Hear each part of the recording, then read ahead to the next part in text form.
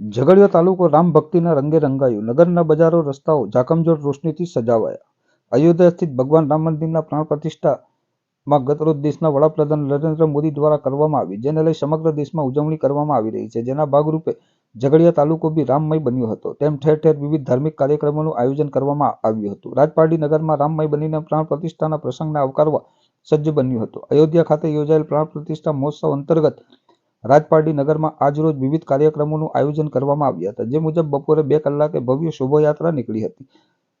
જેડીપી શાહ વિદ્યા મંદિરથી નીકળીને નગરમાં ફરીને કન્યા શાળાએ પહોંચી સંપન્ન થઈ હતી. ઉપરાંત સાંજે 5 કલાકે મહાઆરતી યોજાઈ હતી અને ત્યારબાદ 5:30 કલાકે મહાપ્રસાદીનો કાર્યક્રમ રાખવામાં આવ્યો હતો. જેમાં ઉમલ્લા ઝવેરનગરમાં અખંડ રામધૂન તેમજ નટરાજ સોસાયટીમાં મહાઆરતીનું આયોજન કરવામાં આવ્યું હતું.